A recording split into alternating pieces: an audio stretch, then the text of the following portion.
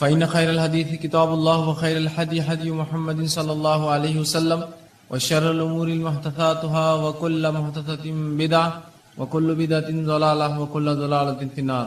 أعوذ بالله من الشيطان الرجيم. الحمد لله الذي هدانا لهذا والصلاة والسلام على خاتم النبيين والمرسلين. رب اشرح لي صدري ويسر لي أمري واحلل عقدة من لساني يفقهوا قولي. أما بعد. وقال عز وجل في القرآن المجيد: أعوذ بالله من الشيطان الرجيم. بسم الله الرحمن الرحيم. وننزل من القرآن ما هو شفاء ورحمة للمؤمنين ولا يزيد الظالمين إلا خسارا. وقال النبي صلى الله عليه وسلم: إن الله لم ينزل داء إلا أنزل له شفاء فتداؤوا. أما بعد. تمام تعریفیں اس اللہ عز و جل کے لیے لائق و زیبا ہے جو تمام جہانوں کا بنانے والا اور اسے پالنے والا ہے، اور درود و سلام اس کے آخری نبی محمد صلی اللہ علیہ وسلم پر. الحمدللہ ہم اس 10 روزہ دعوتی اور اصلاحی کانفرنس کے جو ہے 9ویں نشست جو ہے 9th سیشن میں جمع ہوئے، اور انشاءاللہ عزیز جس طرح سے آپ کے سامنے اعلان کیا گیا تھا کہ میں آپ کے سامنے جو ہے بیماری اور اسلام اس عنوان کے تحت کچھ باتیں رکھنے کی کوشش کروں گا. یہ عنوان بہرحال اس کی کیا غرض ہے، کیوں اس کی ضرورت محسوس ہوئی، یہ بات بالکل مشہور اور معروف ہے، یہ بات ہم سب جانتے ہیں کہ جب بھی ہم دیکھتے ہیں سماج میں بیماریاں ایک ایسی چیز ہے جس سے کوئی انسان ایکسیپشنل اور مستثنا نہیں ہے. کوئی انسان یہ نہیں کہہ سکتا کہ جو ہے وہ بیمار نہیں ہوتا، اسے بیماری نہیں ہوئی، وہ کبھی بیمار نہ ہوا، یا اگر نہ ہوا ہے تو مستقبل میں آنے والے فیوچر میں وہ جو ہے بیمار نہیں ہوگا. تو بیماریاں ایسی چیز ہے جو انسان سے ایسی لگی ہے کہ جیسی زندگی ہے ویسی بیماریاں ہیں. انسان پیدا ہوا تو بیماریاں، پیدا ہوا تو انفیکشنز، پیدا ہوا تو فلاں مسائل، پیدا ہوا تو فلاں. اور بیماریاں مطلب انسانی سماج، انسانی زندگی سے بالکل بہت گہرائی سے لگی ہوئی، اس سے مستثنا، اس سے ایکسیپشنل، اس سے بچ کر کسی کو چارہ انسان کو ہی نہیں کہ بیمار نہ ہو. پھر چاہے یہ بیماریاں کتنی متشدد، کتنی زیادہ سخت ہوں گی، کتنی کم ہوں گی، معمولی ہوں گی یا اور زیادہ تیز ہوں گی، ایک الگ بات ہے.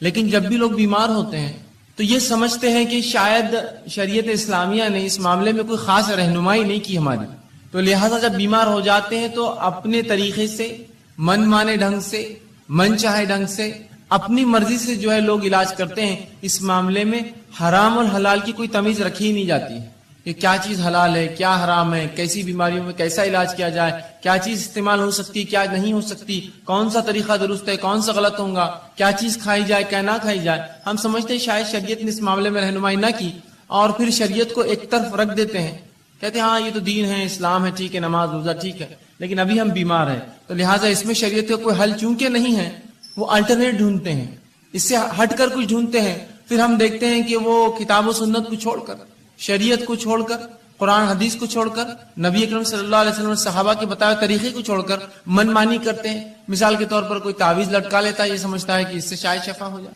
اس لیے کہ فلاں کسی نے کہہ دیا کہ بیئر پینے سے جو ہے پتھری نکل جاتی، تو ان کو لگا کہ اب علاج چکی ہے، شریعت اس میں کوئی رہنمائی تو کرتی نہیں ہے، لہٰذا اب شراب پینا شروع کر. کچھ لوگوں کو دیکھا گیا کہ وہ گانجا اور افیم پیتے ہیں، اس لیے کہ انہیں لگتا ہے کہ فلاں مرض کا کوئی علاج نہیں ہے، شریعت نے اس میں رہنمائی نہیں کی، لہٰذا ہم یہ کر لیں. اور پتہ نہیں کیا کیا لوگ اس میں کرتے ہیں بنا حلال اور حرام کی تمیز رکھے، بنا جانے کہ یہ چیز جو استعمال کی جا رہی ہے شریعت نے اس کو سینکشن کیا نہیں کیا، حلال جانا نہیں جانا، اس کو حرام تو نہیں قرار دیا.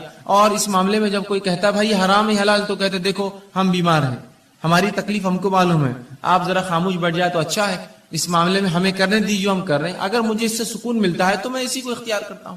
جیسا بہت سے لوگوں کو مرغی کا مسئلہ ہوتا ہے تو دن بھر گانے سنتے رہتے ہیں، کار میں بیٹھے گانا لگا دیا، موبائل ہینڈ سیٹ میں گانا لگا دیا، گھر کے اندر گانا لگا دیا، اس لیے کہ ان کو لگتا ہے سکون اس کے بغیر حاصل نہیں ہوگا، جبکہ شریعت نے واضح طور سے بتایا کہ حرام چیزوں سے علاج نہیں ہو سکتا. تو ہم یہ سمجھتے ہیں جب بیمار ہو جاتے ہیں کہ شاید اب شریعت میں اس کی کوئی رہنمائی نہیں، لہٰذا منمانی کی جائے، اب جو چاہے کرو، جیسے چاہے علاج کرو، حرام حلال کی کوئی تمیز نہیں. تم لوگ جو ہے جنگ میں ہو، جہاد پر ہو، تو ایک جماعت پہلے امام کے ساتھ کھڑی ہو جائے اور دوسری جماعت حفاظت کے لیے کھڑی ہو، تو گویا میدان جنگ میں بھی ہے اور ایک ساتھ لوگ نہیں پڑھ سکتے ہیں، تو آدھے آدھے پڑھ رہے ہیں کہ ایک جماعت نماز میں لگی ہے، دوسری جماعت حفاظت میں لگی ہے نا.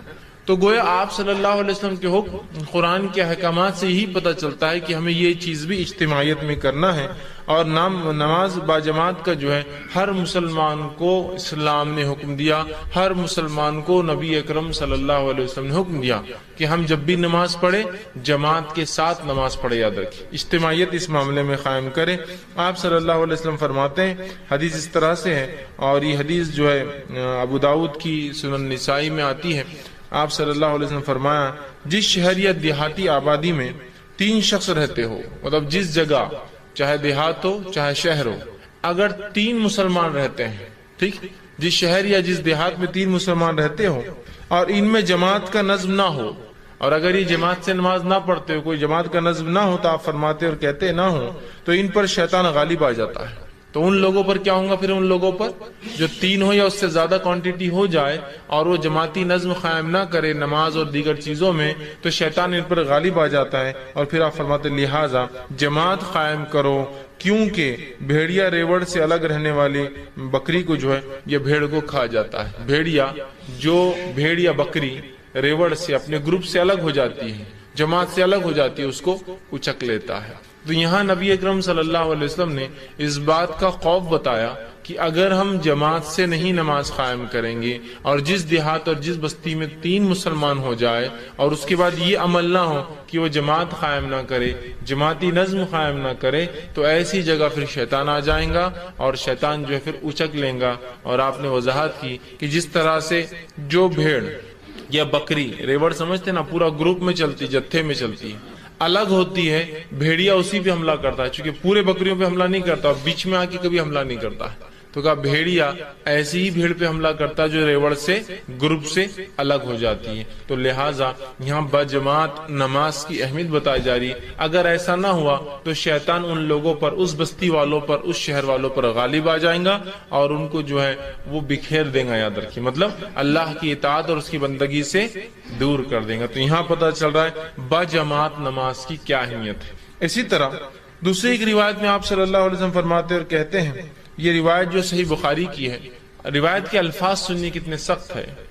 آپ صلی اللہ علیہ وسلم فرماتے اور کہتے ہیں کہ مجھے اس ذات کی قسم جس کے ہاتھ میں میری جان ہے، میں نے ایسا ارادہ کیا کہ ایک مرتبہ لکڑیاں جمع کروں اور اذان دینے لگاؤں.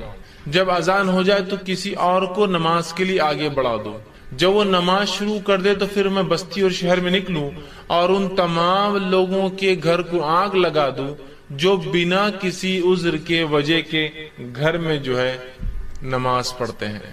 میرا دل چاہا کہ ایک مرتبہ جو ہے میں لکڑیاں جمع کروں اور اذان دینے لگاؤں اور خود نہ نماز پڑھاتے ہوئے کسی اور کو اپنے جگہ مصلی پہ کھڑا کر دوں اور پھر نکلوں اور نکل کے ان لوگوں کے گھر کو آگ لگا دوں جو بنا کسی وجہ کے عذر کے جو ہے وہ نماز با جماعت میں شریک نہیں ہوتے، بس ان کے گھروں کو جلا دوں. مسند احمد کی روایت میں اضافی الفاظ ہے، اگر مجھے چھوٹے بچوں کا اور عورتوں کا خوف نہ ہوتا تو میں ان کے گھر جلا دیتا. اگر مجھے اس میں عورتیں، چونکہ عورتوں با جماعت نماز فرض نہیں ہے، بچوں کے اوپر عبادت فرض نہیں جب تک وہ بالغ نہیں ہوتے، تو اگر مجھے عورتوں اور بچوں کی فکر نہ ہوتی تو میں ان کے گھر جلا دیتا. تو کتنی اہمیت بتائی جا رہی بجماعت نماز کی، سمجھ میں آ رہی ہے، بجماعت رہنے کی ہر معاملے میں. اور نماز، اور چونکہ نماز ایک ایسا رکن ہے جو ہر روز 5 وقت ہوتا ہے. زکوٰۃ تو سال میں ایک بار ہے، حج زندگی میں ایک بار ہے، لیکن یہ تو روز ہو رہا ہے یہ عمل. زکوٰۃ سال میں ایک بار ہے، ٹھیک، روزہ سال میں ایک بار، لیکن یہ روز ہوتا ہے. اگر یہاں اجتماعیت ہماری ہوں گی تو بہت سارے اس کے فائدے ہوں گے اور اس بات کی گواہی آپ بھی دیں گے اور میں بھی دیتا ہوں. اجتماعیت کے فائدے تو اپنی جگہ ہے ہی، اجتماعیت میں رہنا، لوگوں کے ساتھ رہنے کے بہت سے بینیفٹس ہے، یاد رکھیں، ٹھیک. اور یہاں شریعت کا حکم بھی ہے، تو کتنا اہم حکم ہے کہ گھر جلا دینا. اسی سے علماء لکھتے ہیں کہ نماز با جماعت یہ واجب اور فرض ہے. یاد رکھیں، با جماعت پڑھنا واجب اور فرض ہے، سوائے شرعی عذر کے، سوائے مجبوریوں کے، سوائے مسجد نہ ہو کسی علاقے میں، مسلمان ہے لیکن مسجد نہیں ہے، سوائے اس کے کہ آپ کی صحت ساتھ نہ دے، حالات ساتھ نہ دے، یہ ایک الگ چیز ہے، یہ عذر ہے، مجبوریاں ہیں، ایکسیپشنل کیسز ہیں، ٹھیک. اسی طرح آپ صلی اللہ علیہ وسلم فرماتے اور کہتے ہیں، ایک نابینا صحابی جن کا نام ام مکتوم آتا ہے، صحیح مسلم کی روایت ہے، ام مکتوم، وہ آئے اور کہا اللہ کے رسول صلی اللہ علیہ وسلم میں ایک نابینا انسان ہوں. یہ نابینا تھے، اندھے تھے. میں ایک نابینا انسان ہوں اور مسجد آنا میرے لیے مشکل ہوتا ہے اس لیے کہ مجھے ہر بار کوئی لے کر آنے والا نہیں ہوتا ہے. وہ نابینا تھے اور نابینا انسان کو ظاہر سے چلنے میں بہت تکلیف ہوتی ہے. تو کہا مجھے ہر بار کوئی انسان نہیں ملتا جو مجھے پکڑ کر مسجد تک لا کر چھوڑ دے, تو لہٰذا کیا میں اپنی نمازیں گھر پر پڑھ لوں؟ تو آپ صلی اللہ علیہ وسلم نے کہا ٹھیک, تو اپنی نمازیں گھر پر پڑھ لو. جب وہ جانے لگے تو راوی کہتے اللہ کے رسول صلی اللہ علیہ وسلم پلٹے اور کہا کہ میں مکتوم ایک منٹ رکو, ذرا ٹھہرو. وہ ٹھہر گئے. ٹھہرنے کے بعد ان سے کہا کیا تمہیں اذان کی آواز سنائی دیتی ہے؟ تو کہا اللہ کے رسول صلی اللہ علیہ وسلم ہاں مجھے اذان کی آواز سنائی دیتی ہے. تو کہا اگر اذان کی آواز سنائی دیتی ہے تو پھر میں تمہیں حکم نہیں دے سکتا ہوں گھر پر نماز پڑھنے کا, تم کو مسجد آنا ہی پڑے گا. اگر اذان کی آواز آتی ہے تو میں تمہیں حکم نہیں دے سکتا ہوں گھر میں پڑھنے کا, تمہیں مسجد آنا پڑے گا. تو اندازہ لگائیے نماز با جماعت کی کیا اہمیت ہے کہ ایک نابینا بھی اس سے ایکسیپشنل نہیں ہے, جس کو کتنا بڑا عذر ہوتا ہے دکھتا ہی نہیں. تو کہ اگر اذان کی آواز آتی ہے تو کسی نہ کسی کے ساتھ تم کو آنا پڑے گا, میں تم کو چھوٹ نہیں دے سکتا ہوں اس کی. ایک آدمی کو ایکسیپشنلی چھوٹ دیتے آپ سب کے لیے ہو جاتی نا. اذان کی اگر آواز آتی ہے تو اسی سے علماء یہ مسئلہ اخذ کرتے ہیں کہ کہیں مسجد اتنی دور ہو, سواری کا انتظام نہ ہو اور اذان کی آواز بھی نہ آتی اور اذان کی آواز بھی نہ آتی ہو تو بہرحال وہ آدمی پھر مجبور ہے. اگر وہ جماعت سے نہ پڑھ سکے تو الگ بات ہے, کیونکہ اذان نہیں آ رہی مطلب مسجد بہت دور ہے کہ اذان کیا اسے سنائی نہیں دیتی, ورنہ اگر سنائی دیتی ہے تو جانا پڑے گا, نابینا کو بھی جانا پڑے گا.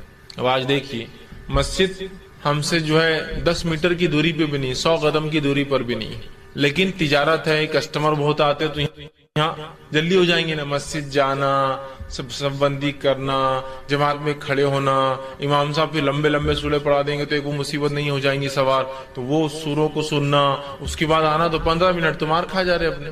حالانکہ ہم یہ نہیں سوچ رہے یہ 15 منٹ ہی جمع ہوتے ہیں آخرت کے اعتبار سے. تو میں کیا کرتا ہوں, ایک مصلی لے لیتا ہوں, نماز تو نہیں چھوڑا الحمدللہ, لیکن مصلی لے لیتا ہوں اور اندر ہی بچھا لیتا ہوں دکان کے اندر, اور وہیں فوراً جو ہے ہاتھ رکعت باندھی اور فر جلدی سے ختم ہوا. نہ جانے کا وقت لگا, نہ آنے کا وقت لگا, نہ امام صاحب کی لمبی لمبی رکعتیں ملی, اور آرام سے جو ہے نماز ہو گئی. اپنا بزنس بھی چالو. ایک بھائی کھڑا ہے, دوسرا نماز پڑھ رہا ہے, پھر دوسرا کھڑا ہوتا ہے, پہلا پڑھتا ہے, حالانکہ بازو جماعت ہو رہی ہے.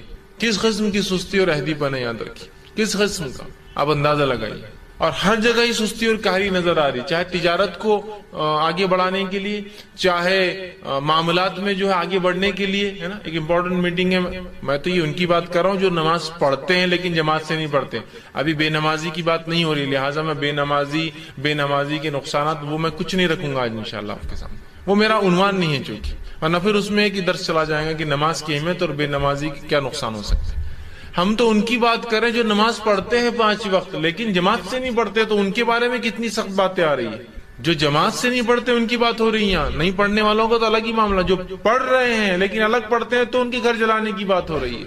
سمجھ رہے آپ بات. تو تجارت یا معاملات کے لیے بھائی میٹنگ ہے, اس میں جلدی سے ختم ہو جائیں گی میٹنگ, ہاں یہ الگ بات ہے. اتنے لوگ جمع ہو کہ وہاں جماعت قائم ہو سکتی ہے اس میٹنگ کی جگہ پر, اتنے لوگ جمع ہو بزنس کے لیے کہ وہاں جماعت قائم ہو سکتی ہے, تو الگ بات ہے پھر کہ ٹیمپرری آپ رکے تو جماعت بنا سکتے ہیں, ہمیشہ کے لیے نہیں ہو سکتا ہے. لیکن میں ان کی بات کر رہا ہوں جو پرماننٹلی اپنا جو سلسلہ بنا دیتے ہیں کہ کچھ ہوا کہ بس جماعت کے لیے گھر میں کھڑے ہو گئے, کچھ ہوا کہ بس جماعت کے لیے گھر میں کھڑے ہو گئے, مطلب نماز کے لیے گھر میں کھڑے ہو گئے. انفرادی ہوتا ہے, یا کبھی مسجد نہ جانے کو چرانے کے لیے, حالانکہ 10 قدم پہ مسجد ہے, ایک جماعت اپنی بنا لے تاکہ یہ جماعت جلدی ہوں گی نا, اپنے حساب سے ہوں گی کہ وہ دستر پہ کھانا لگ چکا ہے, اب کہاں مسجد جاتے نماز کے لیے, یہیں پڑھ لیں گے.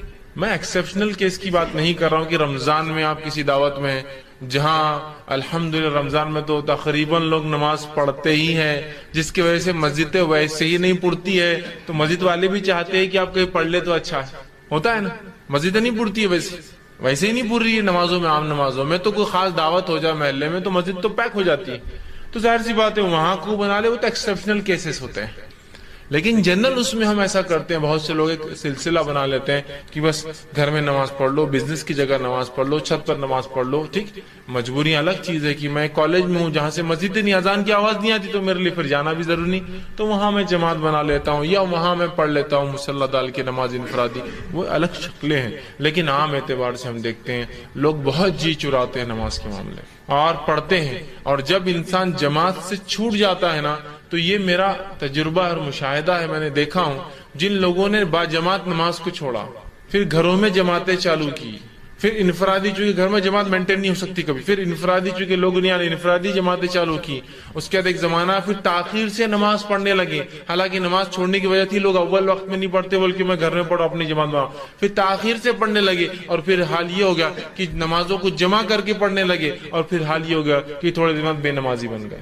تھوڑے دن سے مراد کچھ سالوں اور کچھ وقت میں بے نمازی ہو کہ نماز کی پرواہ نہیں، بیٹھے ہیں تو جو بیٹھے ہیں تو ظہر اور عصر کا وقت بھی ہوگا مغرب تک، چلو میں تو مسافر ہوں، میں تو سفر میں آپ سے ملنے آیا ہوں، میں تو جمع کر رہا ہوں، لیکن جو مقیم ہے وہ بھی میرے ساتھ بیٹھا ہے. اچھا ظہر اور عصر مل سکتی ہے، مغرب اور عشاء مل سکتی ہے نا، لیکن ایک انسان عصر سے میرے ساتھ مغرب بھی بیٹھا ہے، عشاء تک بیٹھا ہے، میں تو اپنی ظہر عصر ملا کر آیا ہوں لیکن پھر بھی وہ بیٹھا ہے، حالانکہ بڑا علامہ بتاتا ہے اپنے آپ کو. لیکن چونکہ پہلے کہا یہ اول وقت میں نہیں پڑھتے، الگ پڑھتا ہوں جماعت سے، پھر جماعت ختم ہوئی، پھر انفرادی، اور نماز ہی پوری مکمل چھوٹ گئی پھر ایسے لوگوں سے. تو بڑی احتیاط کریں، با جماعت نماز کو کبھی معمولی نہ سمجھیں، ہر بار کوشش کرے کہ جماعت کے ساتھ پڑھوں. اس کی بڑی اہمیت ہے کہ ایک نابینا کو بھی اس سے ایکسیپشنل مستثنا نہیں کیا گیا شریعت میں. اسی طرح صحیح مسلم کی روایت ہے، عبداللہ ابن مسعود رضی اللہ عنہ فرماتے ہیں، بڑی سخت بات وہ کہتے ہیں، کیا فرماتے سنیے. وہ فرماتے ہیں کہ ہم میں سے کوئی بھی، آپ صلی اللہ علیہ وسلم کے زمانے میں ہم میں سے کوئی بھی جماعت سے پیچھے نہیں رہتا تھا. ہم نماز نہیں پڑھنے والوں کی بات نہیں کر رہے ہیں ابھی، پھر سوچ غور سے سنیے آپ، جو پڑھتے تھے لیکن جماعت سے نہیں پڑھتے تھے ان کی بات ہو رہی کتنی سخت. ہم میں سے کوئی بھی اللہ کے رسول صلی اللہ علیہ وسلم کے زمانے میں بغیر جماعت کے نماز نہیں پڑھتا تھا، مطلب سب جماعت میں شامل ہوتے تھے سوائے منافق کے، سوائے منافق کے. اور اسی سے وہ کہتے تھے جو با جماعت نماز میں شامل نہ ہو وہ کھلا منافق ہے. چھپا منافق تو جماعت سے بھی نماز پڑھنے آتا تھا، کچھ کھلے منافق تھے جو جماعت سے نہیں پڑھتے آپ کے زمانے میں بھی، کچھ چھپے تھے، چھوٹے موٹے منافق آ جاتے تھے ڈر کے، لیکن بڑے بڑے منافقین جو تھے وہ نہیں آتے تھے. تو کہا سب آتے تھے سوائے منافق کے، اور جو نہیں آتا تھا ہم سمجھ جاتے تھے یہ منافق ہے، پھر کہتے ہیں سوائے منافق کے اور بیمار کے. لیکن بیمار کو بھی ہم میں سے دو لوگ کاندھے پہ ڈال کے لا کے کھڑے کر دیتے تھے. منافق تو آتا ہی نہیں تھا سوائے بیمار کے، مطلب بیمار لوگ نہیں آتے، لیکن بیماروں کو بھی دو لوگ مل کر اٹھا کے لاتے تھے، کاندھے پر لا کے کھڑے کر دیتے تھے. سب کے بیماروں کو بھی لا کر کھڑے کر دیا جاتا تھا. دیکھیے با جماعت نماز نہ پڑھنے کے تعلق سے کیا بتا رہے صحابہ کی، منافقت کی ایک علامت ہے، چونکہ منافق ہی با جماعت نماز میں نہیں آتا ہے. دوسرا، بیمار بھی ہوتا تو اٹھا کر لایا جاتا نماز کے لیے. آج تو ہماری بیماریوں کا کیا کہنا ہے نا، کیا ہو گیا بھائی آج نماز آپ نے جماعت سے نہیں پڑھی، آج میرے کو 3 چھینکیں آ گئی صبح صبح. اور 3 چھینکیں تو بہت زیادہ ہوگی آپ کے لیے ہے نا، اتنی صحت کہاں دی اللہ نے آپ کو 3 چھینکیں برداشت کر سکے. 4تھی چھینک میں تو ہارٹ اٹیک آ جائے گا آپ کو. ٹھیک ہے، اچھا کیا آپ نے آج نماز کو پڑھا. ارے آج آپ با جماعت نماز میں دکھ نہیں رہے 2-4 دن سے، ارے بہت زیادہ بیمار ہونا. کیا بیماری ہے آپ کی؟ وہ ہاتھ میں اور روز دکھ رہا. اچھا تو آفس بھی نہیں جا رہے؟ نہیں آفس تو جانا پڑتا نا، مجبوری ہے. اچھا پھر آپ اسکول کالج میں؟ نہیں وہ اس کے بغیر تھوڑی چلتا. اچھا پھر آپ دن بھر گھر میں؟ نہیں صرف نماز کی حد تک نہیں آ رہا ہوں میں، اس لیے کہ وہ پوری تکلیف درد دکھ نماز کے ٹائم ہی ظاہر ہوتا ہے، دینی کوئی کام کے ٹائم ہی ظاہر ہوتا ہے نا. ہاتھ دکھنے کیا تعلق جماعت سے؟ ہاتھ تو دکھ ہی رہا ہے نا، ایسے بھی دکھ رہا ہے ویسے بھی دکھ رہا ہے، کچھ نہ کرو بھی تو دکھ رہا ہے، لے کے چلو اس کو ساتھ اپنے. ہو سکتا ہے اللہ کے ذکر میں ہوں گے تو اللہ اس کو شفا دے دیں گے، لیکن وہ نہیں ہوتا ہے.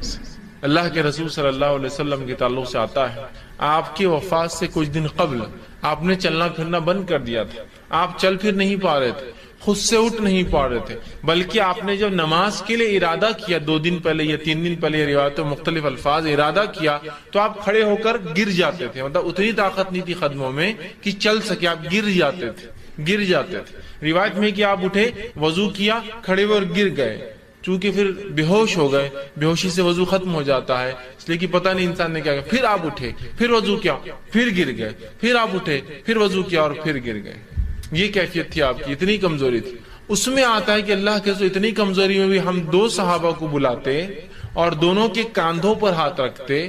آپ کے پیر ڈالنے کی طاقت نہ تھی تو آپ صلی اللہ علیہ وسلم پیر رگڑتے جاتے مٹی کے اندر، مطلب آپ چل نہیں سکتے. تو اب ظاہر سے ایک آدمی کاندھوں پہ 2 لوگوں نے ڈال لیا اور کھینچ کے لے جا رہے. ویسے آتے تھے اور آپ نے ہمیں کچھ دن بیٹھ کر نماز پڑھائی، پھر لیٹ کر نماز پڑھائی، اور پھر ابوبکر صدیق نماز پڑھاتے تھے اور آپ سے پیچھے لیٹتے تھے، چھوڑی نہیں لیکن لیٹ کر پڑھی. اسے پتا چلا مسجدوں میں ایسا نظم ہونا چاہیے کہ جہاں مصلی بیمار بھی آئے تو لیٹنے کا پروویژن بھی ہو کہ وہ نماز پڑھ سکے، بیٹھنے کا بھی ہو کہ وہ پڑھ سکے. یاد رکھیے، ٹھیک. تو اس بات کو سمجھنا ہے ہمیں. یاد کتنی اہم بات ہے کہ بیمار ہے، نبی ہے، چاہتے تو شرعی عذر بتا سکتے تھے، چاہتے تو اللہ چھوٹ دے دیتا، چاہتا تو اللہ معاف کر دیتا، پھر بھی آ رہے امت کو سکھانے کے لیے کہ نماز با جماعت کی بڑی اہمیت. لیکن ہماری بیماریوں کو میں نے کہا نا، کیا کہنا، بہت بڑی بڑی بیماریاں ہو جاتی ہیں. ہم کو چھینک آنا بہت بڑی بیماری ہے، تھوڑی کھانسیوں کی بیماری ہے، تھوڑا سا آنکھ گرم ہو گیا، تھوڑا سا آنکھ گرم ہو گیا تو فوراً گھر والوں نے بولا نماز کو مت جاؤ. ٹھیک ہے امی نماز کو نہیں جاتی، ٹھیک ہے ابا نماز کو نہیں جاتے. باقی اگر امی ابا بولے بیٹے تھیٹر مت جاؤ تو نہیں، تھیٹر جاؤں گا تو میں ساتھ رہوں گا اچھے سے، نہیں تو وہ تنگ کروں گا تم. وہاں اپنی منوائی جا رہی بات، یہ ہونا تو فلاں ہوں گا، نماز کے لیے نہیں. آپ نے بول دیا اب میں نہیں جاؤں گا، نہیں امی بھی نہیں بول رہے، ابا بھی نہیں بول رہے، بہت زیادہ مجھے بخار دکھ رہا، یہ دکھ رہا. یہ تمام چیزیں وجوہات نہیں ہے نماز کو چھوڑنے کی، نہیں ہے نماز کو چھوڑنے کی. بہرحال اسی طرح نماز با جماعت کی اہمیت اس سے ہی پتہ چلتی ہے. سورہ نساء سورہ نمبر 4 آیت نمبر 102 میں اللہ نے فرمایا کہ جب تم جنگ میں ہو اور جنگ کی حالت میں ہو اور خوف کا معاملہ ہو، جنگ ہو یا خوف ہو مطلب دشمن کے حملے کا ڈر ہو، تو تب امام کے پیچھے کچھ لوگ کھڑے ہو اور کچھ لوگ حفاظت کرے، پھر کچھ لوگ کھڑے ہو کچھ لوگ حفاظت کرے. اسے کہتے ہیں صلاۃ الخوف. خوف دشمن کے حملے کا ڈر یا جنگ کے میدان میں نماز پڑھنا جب دشمن حملہ کر سکتا ہے. تو تب نماز کا طریقہ یہ کہ ہاف جماعت لڑیں گی جو مسلمانوں کی ہے، آدھی امام کے پیچھے آئیں گی یا جو بھی امام طے کرتا ہے جو بیسٹ پاسبل اسٹریٹجی ہو سکتی ہے پیچھے آئیں گی. ایک شخص نماز وانے اور آپ صلی اللہ علیہ وسلم صلاۃ الخوف پڑھی، آپ نے پڑھ کر بتایا صلاۃ الخوف کیا ہوتی ہے اور کیسے ہوتی ہے. تو امام کھڑے ہوتے، اللہ کے رسول کھڑے ہوئے ایک مرتبہ نماز کے لیے، آدھے صحابہ پیچھے آئے، ٹھیک، آدھے صحابہ پیچھے آئے، اس کے بعد 2 رکعت کے بعد سلام پھیر کر چلے گئے، پھر آدھے اس کے بعد آئے. رسول اللہ کنٹینیو کر رہے اپنی، آپ نے 4 پڑھی، صحابہ نے 2 اور اس کے بعد کی جماعت نے 2 رکعت پڑھ کے اپنے گئے. سمجھ رہا بات؟ تو خوف کا ماحول ہے، دشمن کے حملے کا ڈر ہے، اتنے میں بھی نبی اکرم صلی اللہ علیہ وسلم بتا رہے ہیں، اللہ حکم دے رہا ہے کہ نماز با جماعت ہوں گی، کہ آدھے لوگ پڑھے اور آدھے حفاظت کریں. تو گویا حملے کے اس میں بھی، خوف کے ماحول میں بھی، وہاں بھی نماز با جماعت پڑھنا ہے. تو اس کی فرضیت سمجھ میں آ رہی ہے. نماز با جماعت کتنی اہم چیز ہے کہ خوف کے ماحول میں بھی جماعت بنانا ہے. دشمن کا ڈر، اور یہ کوئی دشمن کے ڈر کی بات کر رہا ہوں، چوہے بلی کتا آ جانے کا ڈر نہیں کہ آ جائیں گا بکری آ کے یہ کھا لیں گی. دشمن جہاں جان کا ڈر ہے، دشمن آئیں گا اچانک تو کیا کے بولیں گا نماز توڑ دو میں لڑنے آیا تم سے چلاؤ لڑنے، وہ تو نماز میں آپ کو ماریں گا. سمجھ؟ تو وہاں بھی کہا کہ آدھے لوگ حفاظت کے لیے کھڑے ہوں گے، آدھے لوگ نماز ہے نا، صلاۃ الخوف. تو اس کا طریقہ پورا قرآن نے بتایا. سورہ نساء آیت نمبر 102 اور اس کے آگے اٹھائیے، پورا طریقہ آپ کو مل جائے گا. معاف کرنا، ہاں 102 آگے پورا طریقہ آپ کو نماز کو مل جائے گا صلاۃ الخوف. اور رسول اکرم صلی اللہ علیہ وسلم پڑھائی، صحابہ بیان کرتے کہ ایسے ایسے مختلف ادوار میں ایسا ایسا ایسا ایسا آپ نے اس نماز کو پڑھایا، لیکن وہ بھی با جماعت. تو آپ دیکھ رہے ہیں جماعت کی کتنی اہمیت، کتنی اہمیت. لیکن ایک وضاحت یہاں ضروری ہے، جماعت کی اہمیت یاد رکھیے بہت ہے، لیکن آپ کو حالات اور ماحول دیکھنا بھی ضروری ہے. ورنہ بہت سے لوگوں کو میں نے دیکھا ہے کہ اپنی با جماعت نماز کو انسانوں کی تکلیف کی وجہ بنا دیتے ہیں. آپ ٹرین میں جا رہے ہیں، ٹرین میں با جماعت نماز نہیں ہو سکتی میرے بھائی. گورنمنٹ نے آپ کے لیے کوئی پروویژن نہیں کر رکھا ہے کہ مسلمان نماز پڑھیں گے تو ٹرین میں جگہ بنائی جائے. اب آپ پورے انسانوں کو بولیں گے رک جاؤ مسلمان آ گئے، اب نماز پڑھنا رہتی ہے ہم کو، اور جماعت سے پڑھیں گے اور کھڑے ہو کے پڑھیں گے ٹرین میں، اور مصلی بچھا دیا جاتا ہے. ایک آدمی وہ جو جگہ ہوتی ہے جہاں سے لوگ جا رہے ہیں پیشاب کے لیے، پیخانے کے لیے، مطلب ٹوائلٹ یوز کرنے کے لیے، پانی لینے کے لیے، ہاکرز جو لوگ بیچنے والے ہیں کچھ کھانے پینے وہ گھوم رہے ہیں، وہاں وہ جا کر امام کھڑا ہو جاتا ہے اور 2 آ کے مستعد کھڑے ہو جاتے ہیں، جیسا صلاۃ الخوف مطلب دشمن سے جنگ چل رہی ہے اور پیچھے نماز ہو رہی ہے. اور جماعت باندھی جاتی ہے، پھر جو لوگ بیٹھے مسلموں کا چلو ہٹو اٹھو چلو چلو عورت تم چلو عورت کو ہٹا ایسے اوپر بھیجو یہ کرو، پوری ٹرین مطلب ایسا ہوتا ہے کہ آپ کے لیے مخصوص کر دی جاتی ہے، پوری ٹرین اتھل پتھل چلو، اور بیچارے لوگ ڈر کے بعد داڑھی والے لوگ ہیں، اور پہلے ایسا امیج میڈیا نے کریٹ کر دیا، پتا نہیں کچھ زیادہ ہو تو نکالے اور چلو اس کو اڑا دو اس کو اڑا دو اس کو اڑا دو، وہ بیچارے ڈر کے فوراً عورتیں اوپر بیٹھ جا رہی ہے، بچے یہ ہو جا رہے ہیں یہ ہو جا رہے ہیں، اور آپ جماعت سے نماز پڑھ رہے ہیں۔ نہیں، سواری پہ رسول اکرم صلی اللہ علیہ وسلم جماعت سے نماز ثابت نہیں۔ ہاں سواری میں سہولت ہو، جیسے کہ اگر آپ سعودی عرب جائیے گلف کنٹریز میں تو وہاں ٹرین میں جیسے ہمارے پاس پینٹری کار ہوتا ہے نا، وہاں ٹرین میں ایک مسجد کا ڈبہ ہوتا ہے پورا، کھانے پینے کا ایک ہوتا ہے آپ دیکھیں کینٹین، تو ویسے مسلم کنٹریز میں ٹرین کے اندر ایک ڈبہ ہوتا ہے، مسجد رہتی ہے، وہ وہاں جا کے آپ پڑھیے کتنا بھی، چونکہ وہ مسجد ہے خاص اسی کے لیے رکھا گیا ڈبہ، یہاں نہیں ہوگا۔ لیکن یا بس ہے اور بس کو آپ بول دیں کہ بس روک دو، بس ہم سامان ہے ہم کو جماعت سے نماز پڑھنا ہی پڑتی، اور بیچارے بس کے 40 مسافر جو ہے انگلیاں توڑ توڑ کے بددعائیں دے رہے ہیں آپ کو کہ ہم کو جلدی جانا ہے فلاں مسئلہ ہے، آپ بولے نہیں 5 ٹائم بس رکیں گی پوری سفر کے اندر، اور جھگڑا چالو نہیں۔ سفر میں تو آپ اترے، وضو کیا، بس میں بیٹھے، جہاں بیٹھے وہاں رکعت باندھ لی، ہو گیا۔ سہولت ہے تو ایک آدمی رکعت باندھے، پیچھے اس کی سیٹ والے بیٹھے، آواز آ رہی تو ٹھیک، نہیں پڑھ سکتے کوئی مسئلہ نہیں، اپنی اپنی پڑھے۔ اس لیے کہ نبی اکرم صلی اللہ علیہ وسلم کو دیکھا گیا آپ سواری پر تھے اور اکیلے نماز پڑھ رہے تھے، اور آپ قبلے کا بھی وہ نہیں کرتے، قبلہ دوسری جانب ہوتا آپ دوسری طرف نماز پڑھتے، مطلب سواری پر قبلہ بھی کوئی شرط نہیں ہے۔ تو یہ وضاحت، ورنہ جماعت کی وہ ہو گئی اور آپ چلتے پلینے بولیں گے اب ہم سب جماعت سے نماز پڑھیں گے، کرو پورا پریشانی کیا کر رہے، نیا مسئلہ یہ۔ حالانکہ سعودی ایئر لائنز میں ایک پروویژن ہوتا ہے ایک جا نماز کا، اور اتنی جگہ وہ خاص رکھتے ہیں جہاں وہ بھی ان کے کرو کے لوگ بھی پڑھتے ہیں، کیپٹن بھی آتا ہے پڑھتا ہے، اور دوسرے لوگ بھی پڑھتے ہیں، ڈائریکشن بھی کنٹینیو قبلے کا دیتے رہتے کہاں ہے، وہ ایک الگ شکل ہے۔ لیکن آپ کوئی بھی فلائٹ میں یہاں بیٹھ کر پڑھیے، سہولت نہیں ہے نا، اور کھڑنا رسک بھی ہوتا ہے، نہیں اب با جماعت نماز تو پلین میں بھی ہوں گی، اور تاکہ اللہ کے پاس گواہی رکھ ہوا میں بھی ہم جو ہے جماعت سے پڑھ رہے تھے نماز، اور لوگ ضد کرتے ہیں، لوگ پریشان ہو جاتے ہیں، سب کو تکلیف ہوتی ہے، اور ایک عجیب منظر کھنچ جاتا ہے کہ کیسا عجیب سخت قسم کا دین ہے جو ان کو سہولت نہیں دیتا ہے۔ عام حالت میں سہولتوں میں باجماعت نماز فرض ہے، مجبوریاں ہیں، مشکلیں ہیں، حالات ہے، ٹھیک، سفر ہے، سواری ہے، یہ سمجھنے کی ضرورت ہے۔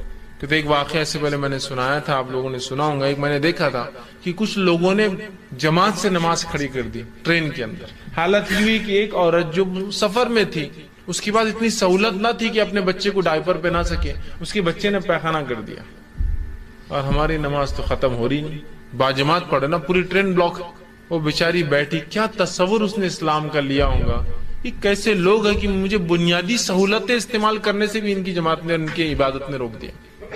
یہ نہیں ہونا چاہیے، یاد رکھیے، یہ نہیں ہونا چاہیے، یہ چیز کو سمجھنا بے انتہا ضروری ہے ہم لوگوں کے لیے کہ جماعت سے نماز بھی پڑھنا ہے، لیکن انسانوں کا جب معاملہ آ گیا تو حقوق العباد ترجیح لے جاتے حقوق اللہ پر۔ معلوم آپ کو یہ بات بھی سمجھیے، جماعت کی میں بات کر رہا ہوں۔ آپ بولیں گے ایسا کیسا، بندوں کے حق اللہ کے اوپر ہی فوقیت لے جاتے ہیں؟ ہاں لے جاتے ہیں، یہی اللہ کے رسول جو فرما رہے ہیں میرا دل چاہتا ہے لوگوں کے گھروں کو آگ لگا دو جو مسجد میں نماز نہیں پڑھ کے گھر میں پڑھتے ہیں، یہی اللہ کے رسول صلی اللہ علیہ وسلم فرماتے ہیں جو پیاز اور لہسن کا ہے وہ ہماری مسجدوں میں داخل نہ ہوں۔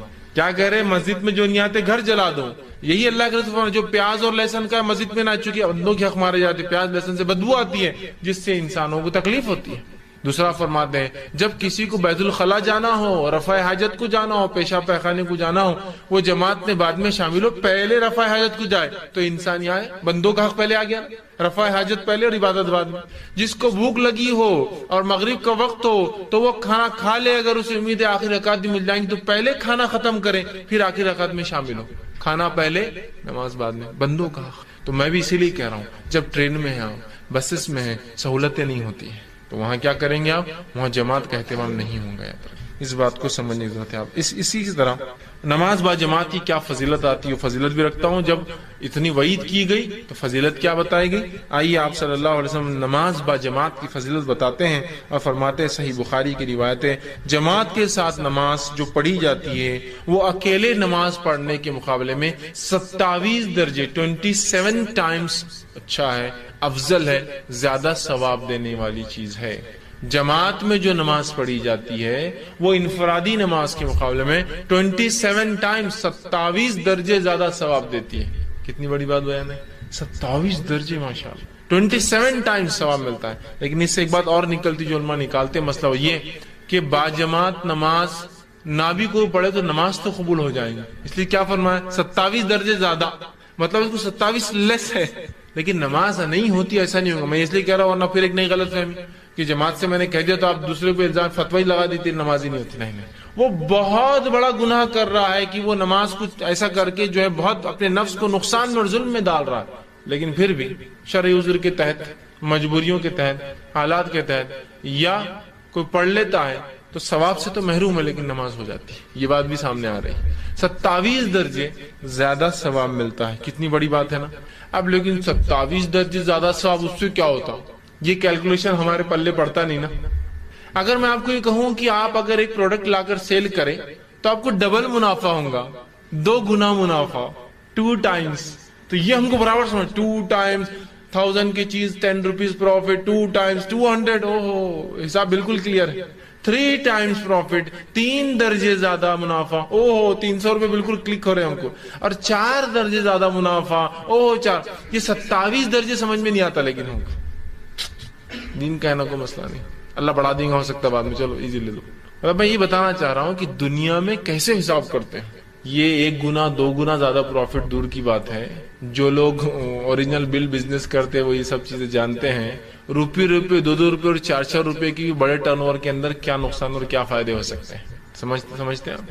25 پیسے بھی اگر ایک کسٹمر کو آپ یوں چھوڑتے ہیں, ایک دن میں 100 کسٹمر آتے ہیں تو منتھ کے اندر اتنا ہوتا ہے اتنا آپ کا ٹیلی فون بل ہوتا ہے, اتنا نکل جاتا ہے آپ کا کاسٹ.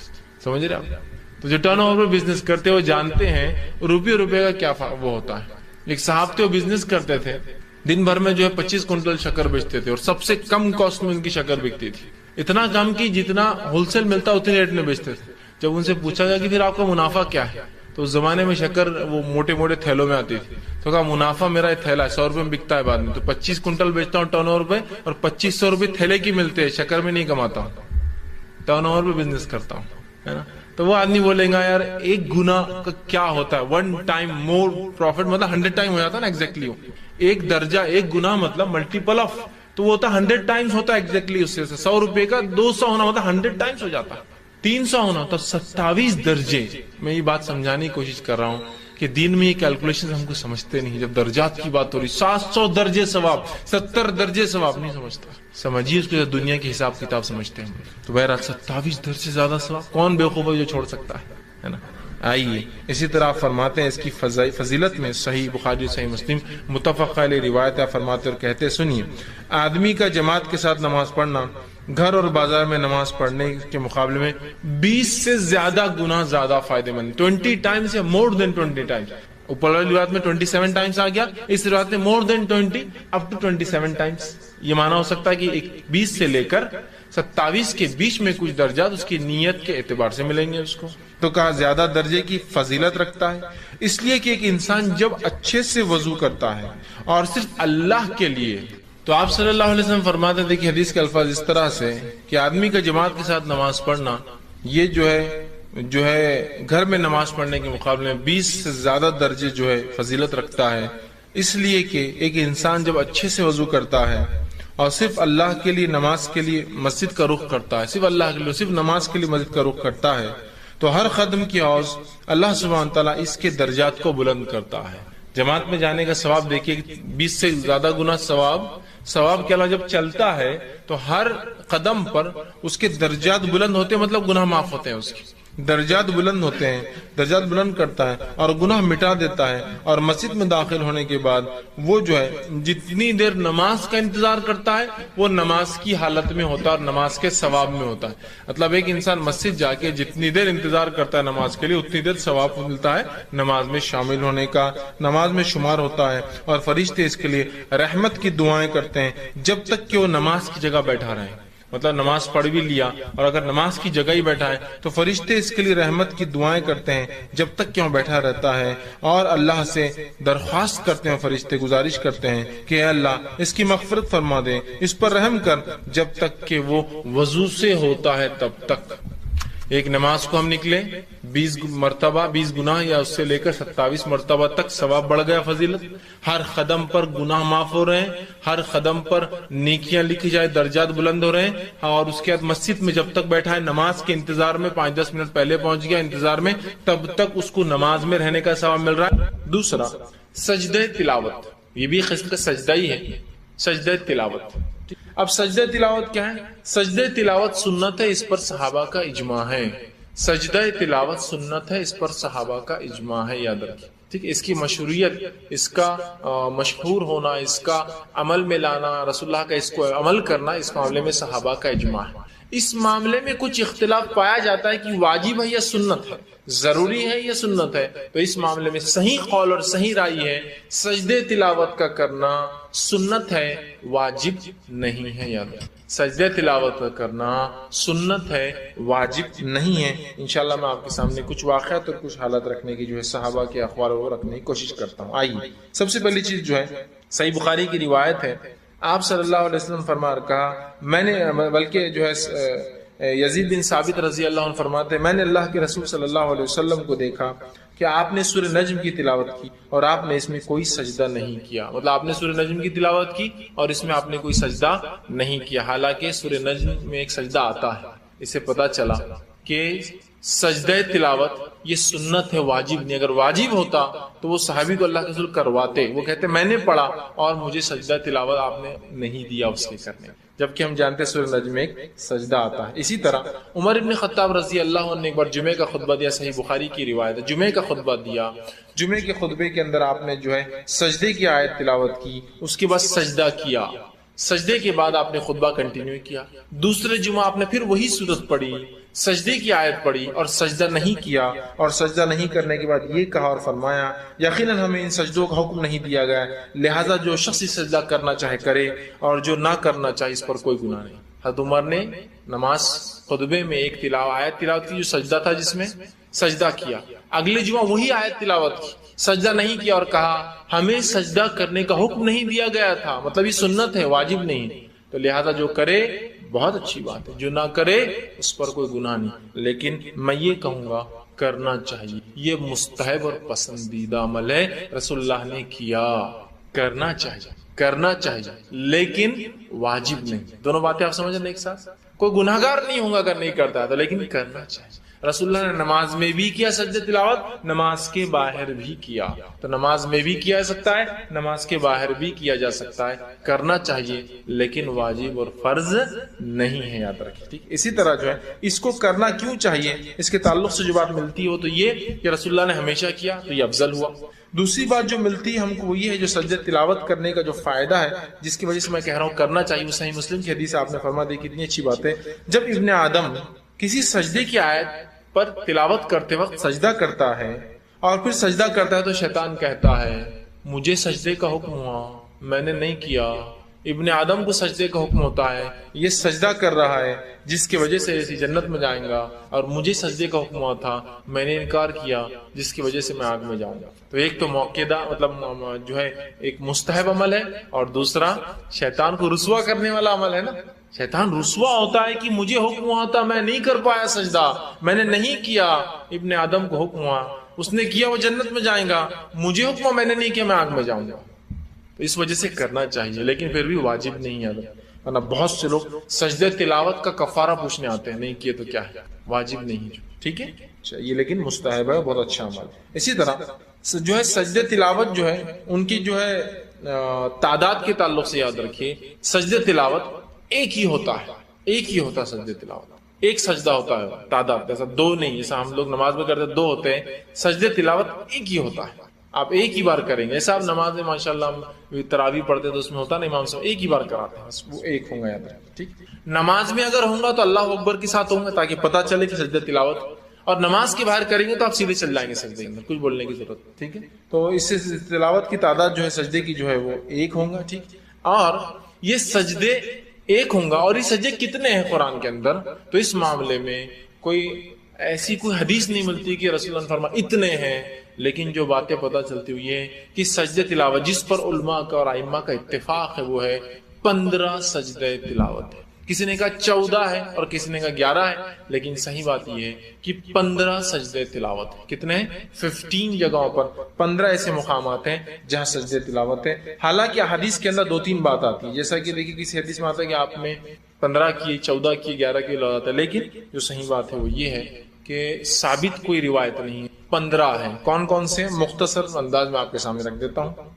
پہلا جو ہے میں ترتیب میں رکھ رہا ہوں قرآن کے آرڈر کے اعتبار سے، سورہ اعراف کی آخری آیت 206 نمبر، سورہ اعراف سورہ نمبر 7 آیت نمبر 206، پہلا سجدہ جو قرآن میں آتا ہے۔ دوسرا سجدہ جو قرآن میں آتا ہے وہ ہے سورہ رعد سورہ نمبر 15، معاف کرنا، سورہ نمبر 13 آیت نمبر 15، سورہ رعد سورہ نمبر 13 آیت نمبر 15 کا دوسرا سجدہ ہے۔ تیسرا سجدہ جو قرآن میں آتا ہے وہ سورہ نحل سورہ نمبر 16 آیت نمبر 50، سورہ نحل سورہ نمبر 16 آیت نمبر 50۔ چوتھا سجدہ جو قرآن کا آتا ہے وہ ہے سورہ الاسراء یا سورہ بنی اسرائیل سورہ نمبر 17 آیت نمبر 109، سورہ نمبر 17 سورہ بنی اسرائیل یا سورہ اسراء، اسے دو نام سوروں کے آیت سورہ کے آیت نمبر 109۔ پانچواں سجدہ تلاوت ہے سورہ مریم سورہ نمبر 19 آیت نمبر 57، سورہ مریم سورہ نمبر 19 آیت نمبر 57۔ اسی طرح جو چھٹا تلاوت کا سجدہ ہے وہ سورہ حج سورہ نمبر 22 آیت نمبر 18، سورہ حج سورہ نمبر 22 آیت نمبر 18 یاد رکھیں۔ اسی طرح جو ہے ساتواں جو آتا ہے سورہ الفرقان سورہ نمبر 25 آیت نمبر 60، سورہ الفرقان سورہ نمبر 25 آیت نمبر 60 میں آتا ہے۔ آٹھواں سجدہ آتا ہے سورہ نمل سورہ نمبر 27 آیت نمبر 26، سورہ نمل سورہ نمبر 27 آیت نمبر 26۔ اسی طرح نواں سجدے جو ہے تلاوت آتا ہے وہ ہے سورہ نمبر 32 سورہ سجدہ آیت نمبر 15، سورہ 32 سورہ سجدہ آیت نمبر 15۔ اسی طرح 10واں جو آتا ہے وہ یہ ہے، اس کے اندر جو بہرحال ملتا ہے وہ یہ ہے، 10واں نمبر جو ہے سورہ سعد جو ہے اس کے آیت نمبر جو ہے 24 جو ہے سورہ سعد اس کی آیت نمبر 24 کے اندر ملتا ہے۔ 11واں جو ہمیں ملتا ہے وہ یہ ہے کہ سورہ حامیم سجدہ یا سورہ فصیلت سورہ نمبر 41 اس کی آیت نمبر جو 38 یاد رکھیے۔ اور اسی طرح جو ہے 12واں جو ملتا ہے وہ ہے سورہ نجم سورہ نمبر 53 آیت نمبر 19 کے اندر ملتا ہے۔ اور اس کے بعد جو ہے دو سجدے جو ملتے ہیں وہ ایک ہی سورت کے اندر، سورہ حج کے اندر دو سجدے آتے ہیں۔ سورہ حج اس کے اندر علماء مختلف ہے رائے کے اندر کہ یہ مانا جائیں گا یا یہ نہیں مانا جائیں گا، ٹھیک ہے، اس معاملے میں اختلاف ہے، جس کی وجہ سے تعداد 13 ہو جاتی ہے، 14 ہوتی ہے، کسی کے نزدیک 15 ہوتی ہے۔ تو سورہ حج کے اندر جو ہے دو بار جو آئیں گے، جیسے سورہ حج کا ایک بار میں نے آپ کو اس سے پہلے لی سورہ نمبر 22 آیت نمبر 18، اور دوسرا جو ہے مختلف رائے جو علماء کی وہ یہ ہے کہ سورہ حج سورہ نمبر 22 آیت نمبر جو ہے 77، اس کے اندر بھی جو ہے ایک سجدہ جو ہے تلاوت کا جو ہے بہرحال جو ہے آتا ہے۔ تو اس طرح سے جو ہے یہ سجدوں کی آیتیں اور یہ نمبر تھے جو میں نے آپ کے سامنے بہرحال رکھنے کی جو کوشش کی۔ تو اس طرح سے ایسے 15 مقامات پر یہ سجدے بہرحال آتے ہیں۔ اسی طرح نماز میں سجدے تلاوت کرنا بھی ہے اور نماز کے باہر بھی کوئی کر سکتا ہے، ٹھیک ہے۔ نماز میں اگر امام کرے تو طریقہ میں نے بتایا اللہ اکبر کہہ کے جائیں گا تاکہ مقتدی کو پتہ چلے سجدہ کر رہا ہے، اور جب اٹھیں گا تو پھر اللہ اکبر کہہ کر اٹھیں گا۔ عام اعتبار سے سیدھا وہ نماز کے اندر چلا جائیں گا، اس لیے کہ آپ صلی اللہ علیہ وسلم کے تعلق سے آتا ہے، یہ روایت میں الفاظ یوں ہے کہ آپ صلی اللہ علیہ وسلم نے سورہ پڑھا جس کے اندر سجدہ تھا، اور اس کے اندر جو ہے سجدہ جو ہے آپ نے کیا، اس کی تلاوت فرمائی، ٹھیک ہے۔ اسی طرح جو ہے نماز کے علاوہ بھی سجدے تلاوت جو ہے کیا جا سکتا ہے۔ اس کے تعلق سے جو روایت آتی ہے اس کے الفاظ دیکھیے اس طرح سے، یہ مسند احمد کی روایت ہے، آپ نے فرمایا اور کہا کہ رسول اللہ صلی اللہ ہمارے پاس سورت تلاوت کیا کرتے تھے، آپ صلی اللہ علیہ وسلم جو ہے سورت تلاوت کر کے سجدے کی آیت تلاوت فرماتے اور سجدہ کرتے، مطلب رسول اللہ صلی اللہ علیہ وسلم سجدہ کرتے، پھر وہ صحابہ کہتے کہ آپ صلی اللہ علیہ وسلم کے ساتھ ہم سب بھی جو ہے سجدہ کرتے، حتیٰ کہ وہاں جگہ نہیں بچتی، مطلب سب سجدے میں گر جاتے، جس کی وجہ سے جگہ نہیں بچتی۔ جس سے پتہ چلا آپ نماز میں بھی کر سکتے، نماز کے بعد بھی سجدے تلاوت میں جو پڑھے وہ بھی کرے، جو سنے وہ بھی کرے، چونکہ رسول اللہ صلی اللہ علیہ وسلم پڑھتے، صحابہ سنتے اور سب سجدہ کرتے ہیں نا، تو جو سنے وہ بھی کرے، جو پڑھے وہ بھی کریں گے۔ اسی طرح سجدے تلاوت چونکہ نماز کا حصہ نہیں ہے تو اس کے لیے وضو بھی شرط نہیں ہے اور قبلہ بھی شرط نہیں ہے، دونوں چیزیں شرط ہیں۔ تو اسی طرح تلاوت کا سجدہ ہی اس میں بھی فرض نہیں ہے اور اس کے لیے قبلہ رخ ہونا بھی شرط نہیں ہے، چونکہ حدیث کے الفاظ جو اس سے پہلے میں نے آپ کے سامنے رکھا تھا، جو مسند احمد کی روایت تھی، آپ صلی اللہ علیہ وسلم سجدے کی آیت تلاوت کرتے، آپ سجدہ کرتے اور ہم بھی سجدہ کرتے، اور اتنے ایسا سجدہ کرتے کسی کو جگہ نہیں ملتی۔ ظاہر سی بات، اس کا مطلب یہ ان آرگنائز ہوتا، پڑھ لی اور سب کہیں بھی جہاں جگہ ملی وہاں سجدہ کر لیا۔ اسی طرح کی روایت آتی ہے اس کے الفاظ دیکھیے اس طرح سے، یہ روایت صحیح بخاری کی آپ نے فرمایا، حضرت ابن عباس رضی اللہ عنہ فرماتے ہیں، عبداللہ ابن عباس، کہ آپ نے فرمایا نبی اکرم صلی اللہ علیہ وسلم نجم کی جو ہے تلاوت کی اور سجدہ کیا، آپ صلی اللہ علیہ وسلم کے ساتھ مسلمانوں نے، مشرکیوں نے، جنوں نے اور انسانوں نے سبھی نے سجدہ کیا۔ اب ظاہر سی بات ہے آپ کے ساتھ انسانوں نے، مشرکوں نے، جنوں نے اور سبھی نے سجدہ کیا، تو مشرک تو نجس ہے، مشرک تو گندگی ہے نا، تو کہاں وضو کریں گا وہ؟ اور مشرک کو قبلے کی طرف دیکھ کر کریں، ظاہر سی بات سب نے کیا انسانوں نے، ٹھیک ہے۔